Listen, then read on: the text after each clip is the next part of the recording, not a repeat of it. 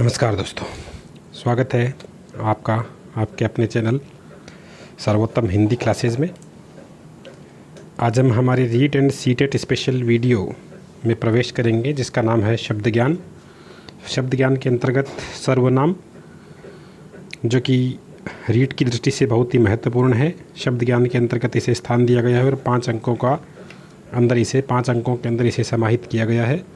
आप इसे अंत तक देखें। निश्चित रूप से इसे देखने के बाद सर्वनाम से संबंधित एक भी प्रश्न आपका गलत नहीं होगा और आपकी सफलता के मार्ग अवश्य खुलेंगे। चलिए बढ़ते हैं वीडियो की ओर। सर्वनाम शाब्दिक अर्थ है इसका सबका नाम। ये आप हमेशा से जानते आ रहे हैं। सर्वनाम यानी सबका नाम, जैसे कि मैं, तू, कौन, कहाँ, क्या, ये सभी क्या है? सर्वनाम है। संख्या के स्थान पर प्रयुक्त होने वाले विकारी शब्द क्या कहलाते हैं? सर्वनाम। अब सर्वनाम वचन और कारक के अनुसार बदलते हैं, लिंग और काल के अनुसार नहीं बदलते। जैसा कि हमने हमारे पिछले वीडियो संख्या में देखा था, संख्या भी 3 प्रकार से बदल रही थी, काल के अनुसार नहीं बदल रही थी। लेकिन सर्वनाम लिंग और काल दोनों के अनुसार ही नहीं बदलता। जैसे कि वह को हम प्रयोग करते हैं, वह सर्वनाम है, तो वह स्त्रीलिंग पुल्लिंग इन दोनों के अंदर एक ही रहता है। और काल वर्तमान, भूतकाल और भविष्यकाल तीनों के अंदर ये एक समान ही रहता है। वह को परिवर्तित नहीं किया जाता। यह, वह, ये, वे, ये सभी काल में एक समान रहते हैं। इसलिए कहा गया है ये सर्वनाम है वो लिंग और काल के अनुसार परिवर्तित नहीं होते, परंतु वचन और कारक के अनुसार परिवर्तित हो जाते हैं। जैसे यह, इसे हम बहुवचन में लेते हैं तो ये, वह को बहुवचन में लेते हैं तो वे, और कारक की बात करें तो ये कर्ता, कर्म इनके साथ इनके हिसाब से बदल जाते हैं।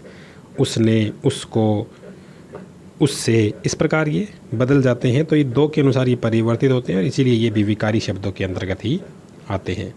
बात करें कि सर्वनाम की आवश्यकता क्यों महसूस हुई, तो पुनरुक्त दोष से बचने के लिए तथा वाक्य में रोचकता पैदा करने के लिए सर्वनाम की आवश्यकता हुई। सर्वनाम कहाँ पर प्रयोग होता है? संज्ञा के स्थान पर। यानी अगर एक ही बड़े पद्यांश या गद्यांश के अंतर्गत हम जैसे बात करते हैं, अगर हम संज्ञा को ही बार बार लिखेंगे, राम यहाँ पर गया, राम ने ये किया, राम ने वो किया, राम ने यहाँ इससे बात की, तो इस प्रकार बार बार राम शब्द के पुनरावृत्ति यानी उस पुनरुक्त दोष से बचने के लिए तथा वाक्य में रोचकता भी आए, इसी के लिए हमने सर्वनाम की आवश्यकता महसूस हुई। इसकी बात कर लेते हैं। सर्वनाम के भेद कितने हैं, कितने प्रकार हैं? तो इसके 6 प्रकार हैं। प्रश्नवाचक सर्वनाम, पुरुषवाचक सर्वनाम, निजवाचक सर्वनाम, निश्चयवाचक सर्वनाम, अनिश्चयवाचक सर्वनाम और संबंधवाचक सर्वनाम। बात करते हैं सबसे पहले प्रश्नवाचक सर्वनाम की। प्रश्नवाचक सर्वनाम ये संज्ञा के स्थान पर प्रयुक्त होकर के उसके बारे में प्रश्न करता है, क्योंकि सर्वनाम का प्रयोग कहाँ होता है? संज्ञा के स्थान पर। तो ये संज्ञा के स्थान पर प्रयुक्त होता है और फिर प्रश्न करता है। यहाँ पर मुख्यतः कौन से आते हैं? कौन और क्या सर्वनाम प्रयोग किए जाते हैं? कौन इसमें प्राणीवाचक के लिए आता है और क्या इसमें अप्राणीवाचक के लिए आता है। जैसे कि वह कौन थी जो हंस करके चली गई। कौन आ रहा है? किसने किया? ये किसने, किनको, किससे, किस लिए, किससे, किसका, किनका, ये सभी चीज़ें क्या है? ये कौन से ही संबंधित है। किसने किया है, किनको जाना है, किससे काम है, किन के लिए आए हो, वह क्या पढ़ रहा है, उसने क्या लिखा है। तो यहाँ पर जहाँ पर भी कौन का इस्तेमाल ही हुआ है, किसने, किनको, किससे, ये सभी कौन से ही संबंधित है। कारक के अनुसार इनमें परिवर्तन होता है, इसलिए इसे दिया गया है। यहाँ पर किसने किया है तो किसी न किसी प्राणी ने किया है, जीवित व्यक्ति ने किया है। किनको जाना है तो कोई जाएगा, प्राणीवाचक ही जाएगा। तो इसीलिए कहा है कि कौन किसके लिए प्रयुक्त होता है? प्राणीवाचक के लिए। और क्या, वह क्या पढ़ रहा है? तो पढ़ रहा है यानी कुछ निर्जीव वस्तु ही होगी। बढ़ते हैं हम आगे। निश्चयवाचक सर्वनाम में ही कि संज्ञा के स्थान पर प्रयुक्त होकर के उसकी निश्चयता का बोध करवाते हैं। इसके 2 भेद बताए गए हैं, एक तो यह है और एक वह है। जैसे एक निकटवर्ती संज्ञा के स्थान पर प्रयुक्त होता है तो क्या होगा? यह है। हम किसी दूरवर्ती संज्ञा के स्थान पर प्रयुक्त करेंगे तो वह, जैसे कि यह मेरा घर है तो आप पास में ही किसी को दिखा रहे हो। यह आपका घर है, यह पवित्र पुस्तक है, यानी पास की ही चीज़ों के बारे में बता रहे हो। यानी पास में जो संज्ञा थी उसके बारे में आपने बताया। वह घर उसका है, किसी दूर घर की ओर इशारा करके बताओगे तो वहाँ पर निश्चयवाचक है ये। वे तुम्हारे रिश्तेदार हैं, वे इनके लिए ही आए थे, सामने नहीं है, दूर के लिए प्रयुक्त किया गया है। निश्चयवाचक सर्वनाम में दो सर्वनाम ही प्रयुक्त होते हैं, यह और एक वह, क्योंकि निश्चयता का बोध यही करवाते हैं। यह वह ये वे इन्हीं का ही ये वे इन्हीं के बहुवचन रूप हैं।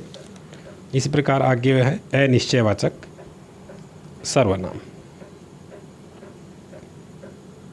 संज्ञा के स्थान पर प्रयुक्त होकर उसकी अनिश्चितता का बोध करवाते हैं। यहाँ पर प्रयुक्त होते हैं कोई और कुछ। कोई प्राणीवाचक संज्ञा के स्थान पर होगा और कुछ किसके स्थान पर होगा? अप्राणीवाचक संज्ञा के स्थान पर। जैसे कि घंटी बजी है, कोई आया है, तो बाहर कोई ना कोई जीवित व्यक्ति है, प्राणीवाचक संज्ञा बाहर है। और कोई कह रहा था कि सुंदर ने अपना संतुलन खो दिया है। कोई कह रहा था कि लॉकडाउन की वजह से सभी बच्चे पास कर दिए जाएंगे। वह कुछ पढ़ रहा था, उसने कुछ लिखा है और वह कुछ बोलना चाहता है। इन सभी उदाहरणों को देखने से आपको समझ में आ जाएगा कि कोई किसके लिए प्रयुक्त किया हमने? प्राणीवाचक के लिए। कुछ किसके लिए किया? अप्राणीवाचक के लिए। तो ये अनिश्चयवाचक सर्वनाम है। निश्चय क्या था? यह और वह। निश्चित रूप से यह है, लेकिन कोई है, तो ये क्या है? अनिश्चय है। उसके बाद था निजवाचक सर्वनाम। निज का शाब्दिक अर्थ है अपना या स्वयं का। इस कारण निजवाचक सर्वनाम का प्रयोग स्वयं के स्थान पर ही किया जाता है। यह काम वह आप ही कर लेगा, वह आप ही चला जाएगा, अपना अपना काम कीजिए, मैं अपने आप से पढ़ता हूँ, यह मैं अपने आप ही कर लूँगा। यानी अपने बारे में कोई व्यक्ति बताए तो वो सर्वनाम, यानी अपने लिए ही किसी सर्वनाम का प्रयोग करे तो वहाँ पर निजवाचक सर्वनाम होता है। ध्यान से पढ़े। आगे बढ़ते हैं अंतिम सेकंड लास्ट हमारे सर्वनाम की ओर। संबंधवाचक सर्वनाम। संबंध यानी किसी संज्ञा के स्थान पर प्रयुक्त होकर के उसके बारे में संबंध बताएगा। मुख्यतः जो और सो का प्रयोग किया जाता है और इससे रिलेटेड जैसे जिसने, जैसा, इस प्रकार के शब्द भी इसमें शामिल होते हैं। जो करेगा सो भरेगा, एक के साथ दूसरे का संबंध बता रहे हैं। जैसा देश वैसा वेश, यथा राजा तथा प्रजा, जैसी करनी वैसी भरनी, जिसकी लाठी उसकी भैंस, यह वही लड़की है जो कल चोरी करते हुए पकड़ी गई, यह वही लड़का है जो विद्यालय में प्रथम आया था। सभी उदाहरण आपको बताएंगे, यानी एक से दूसरे का संबंध, यानी संज्ञा का संबंध स्थापित कर रहे हैं। तो ये किस में आएंगे? संबंधवाचक सर्वनाम में। बढ़ते हैं हमारे अंतिम सर्वनाम की ओर, पुरुषवाचक सर्वनाम। स्त्री अथवा पुरुष नामक संज्ञा के स्थान पर प्रयुक्त होने वाले शब्द, इसके तीन भेद माने गए हैं। कौन से शब्द हैं जो स्त्री और पुरुष नामक संज्ञा के स्थान पर प्रयुक्त होते हैं? इसके तीन भेद, एक उत्तम पुरुष, एक मध्यम पुरुष और एक अन्य पुरुष। अब उत्तम पुरुष कौन होता है? बोलने वाला, अर्थात स्वयं, मैं या हम। शब्दों की बात करें तो मैं और हम आते हैं उत्तम पुरुष में। जैसे अगर आप अपने आप को बताएंगे तो सबसे पहले आपको कहेगा अच्छा कौन है, तो आप क्या कहेंगे? मैं हूँ सबसे अच्छा। इसीलिए उत्तम पुरुष कौन है? स्वयं। मुझे, मुझको, ये इससे ही संबंधित है, यानी मैं और हम, मैं से ही बनते हैं। मुझे, मुझको, मुझसे, मेरे लिए, मेरा। हम से हम बहुवचन में प्रयोग करते हैं तो हमें, हमको, हमसे, हमारे लिए, हमारा। मध्यम पुरुष की बात, मध्यम कौन होता है? जब हम उत्तम है तो हम बात करेंगे तो किसी सामने वाले से करेंगे, तो वो सामने वाला कौन है? मध्यम पुरुष। सुनने वाले के स्थान पर, जैसे तू, तुम, आप, तुझे, तुमको, तुझसे, तेरे लिए, तेरा, तुम्हें, तुम्हारे लिए और तुम्हारा। अब है, जब भी आप बात करोगे तो किसी न किसी के बारे में बात अवश्य करो, किसी तीसरे पुरुष के बारे में बात अवश्य करोगे। इसीलिए बात करने के लिए या संवाद करने के लिए हमेशा तीनों पुरुषों का होना जरूरी है। उत्तम पुरुष, मध्यम पुरुष और अन्य पुरुष। तीसरा पुरुष यहाँ पर सजीव या निर्जीव कुछ भी हो सकता है। अन्य पुरुष है जिसके बारे में हम बात करेंगे, जैसे यह, वह, ये, वे इत्यादि। बात कर लेते हैं तू सर्वनाम जैसे प्रयोग होता है, तो महत्वपूर्ण बिंदु है यहाँ पर। तू सर्वनाम का प्रयोग कितने रूपों में होता है? तीन रूपों में। पहला, तिरस्कार के अर्थ में। जैसे आप किसी का तिरस्कार करते हो, किसी का अपमान करते हो, तो भी आप तू शब्द का इस्तेमाल करते हो। तू जाएगा या मार खाएगा, तू सुन ले, तू ठहर जा, तू मेरी बात मान ले, तो इस प्रकार आप उसका तिरस्कार करते हो। तो यहाँ पर अपमान करने में तू सर्वनाम का प्रयोग होता है। दूसरा सर्वनाम का तू का प्रयोग होता है ईश्वर के लिए, यानी हम जब भगवान को भी बोलते हैं तो भगवान को भी हम तू सर्वनाम के प्रयोग के द्वारा बोलते हैं, जैसे तू ही राम, तू ही रहीम, तू ही कृष्ण, तू ही अल्लाह। तो इस प्रकार हम बात करते हैं तो हम ईश्वर को भी तू से ही संबोधित करते हैं। तीसरा है इसका अपनत्व या समीपता में भी हम तू सर्वनाम का प्रयोग करते हैं। जैसे आप घनिष्ठ मित्र है आपका तो आप उसे अरे मित्र तू कहाँ गया था, जहाँ पर अत्यधिक प्रेम की संभावना होती है वहाँ पर भी तू सर्वनाम का प्रयोग किया जाता है। इसी प्रकार आप सर्वनाम का प्रयोग भी 3 रूपों में ही होता है। पहला अपने अर्थ में यानी निजवाचक में के अर्थ में, जैसे यह काम वह आप ही कर लेगा, यानी अपने लिए आप शब्द का उसने इस्तेमाल किया है। दूसरा आप कक्षा में सर्वश्रेष्ठ हो, आप किसी मध्यम पुरुष के लिए यहाँ पर काम करते हो, यानी मध्यम पुरुष कौन सा, सामने वाला। तो आप किसी को किसी के बारे में बताते हो कि आप कक्षा में सर्वश्रेष्ठ हो।